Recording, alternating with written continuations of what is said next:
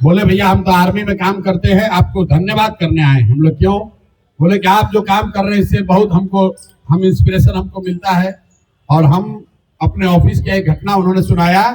ये कर्नल, अपने कर्नल है, उनका जो सामने असिस्टेंट रहा होगा, एक दिन ऑफिस गए, आप देखते हैं आर्मी कैंटोनमेंट में घास उस बढ़ जाता है, तो आप देखते होंगे आते जाते वहां उसको काटता है, वो लेबर नहीं लगाता है, खुद ही जो सैनिक होते हैं उन्हीं लोग से कटवाता है। तो इट सीम्स कर्नल साहब ने अपने जो असिस्टेंट था उसको बोला, जब चैम्बर में गए सुबह सुबह देखा घास उस बढ़ा हुआ है, तो बोले कि अरे भाई ये क्या देखते नहीं हो तुम, ये सब घास उस बढ़ा हुआ है, जरूर 4 लेबर जल्दी लगाओ, अगर अपना आदमी नहीं है तो लेबर लगाओ, इसको साफ करवाओ।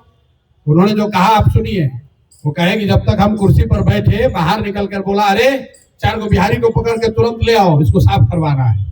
उसको ये भी नहीं पता है कि उसका बॉस भी बिहारी है, लेकिन मजदूर लाने का मतलब है कि 4 बिहारी को पकड़ के ले आओ, ये घास साफ कराना है। ये बिहार की आपकी हमारी छवि बन गई है, इसको सुधारना है तो बिहार के लड़कों को खड़ा होना पड़ेगा।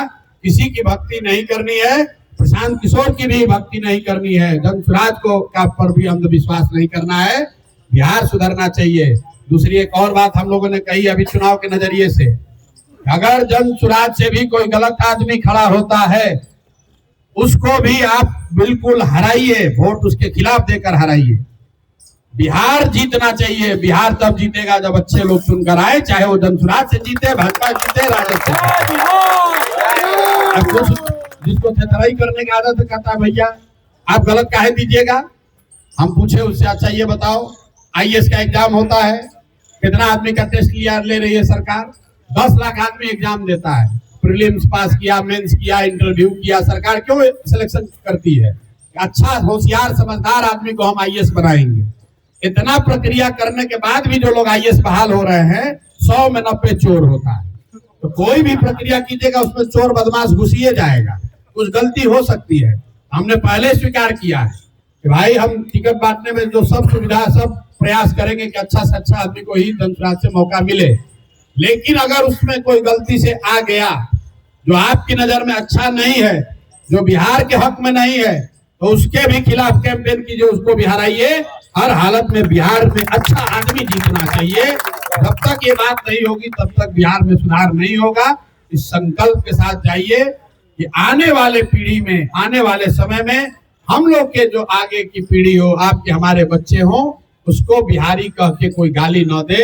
हम दिल्ली में जब पढ़ने गए थे हिंदू कॉलेज में, 4 महीना में एडमिशन लेकर छोड़कर चले आए, इसलिए कि वहाँ के प्रिंसिपल थे यूपी के, हमको बुला के बहुत बिहारी होने के नाम पे एक बार अपमानित किया था। वो अलग कहानी है। लेकिन ये चाहे आप कितना भी सक्सेसफुल हैं, बाहर आप जाते हैं तो बिहारी कह के आपको जिल्लत, बिहारी होने के नाम पर आपको जिल्लत सहना ही पड़ता है। लोग अपने आप को बताते हैं हम झारखंड के हैं, कोई कहता है हमारे बाबूजी थे बिहार के, हम तो अब दिल्ली के रहने वाले हैं। बिहारी लोग अपने आप को कहना भी नहीं चाहता है।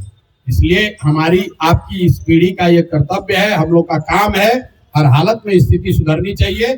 चुनाव आएगा जाएगा, कोई जीतेगा कोई हारेगा, कम से कम कोई ये नहीं कह सकता है कि बिहार में जितना नेता है सब बेवकूफी है। अगर जन स्वराज का कोई नेता खड़ा होकर अच्छा बोल रहा है तो मध्य प्रदेश का आदमी भी कहता है ना भाई अच्छा, बिहार में ऐसा भी नेता होता है। बिहार में ऐसे भी लोग हैं जो अंग्रेजी बोल सकते हैं, फ्रेंच बोल सकते हैं, भोजपुरी भी बोलते हैं, हिंदी भी बोलते हैं। नहीं तो अभी तक छवि यही है कि अरे बिहार का आदमी है, इससे बढ़िया क्या बोलेगा। इसलिए आप सब लोग मदद कीजिए, अपनी मदद कीजिए, आने वाली पीढ़ी की मदद कीजिए, अपने माँ बाप और अपने पुरखों की इस जमीन का सम्मान वापस लड़ने की इस लड़ाई में साथ दीजिए। आप यहाँ आए हैं, आप कितने देर आपको रुकना पड़ा उसके लिए माफी भी चाहते हैं। सब लोग लगिए, आपके हाथ में वो ताकत है, अगर आप खड़े हो जाइएगा तभी परिवर्तन आएगा। बहुत बहुत धन्यवाद।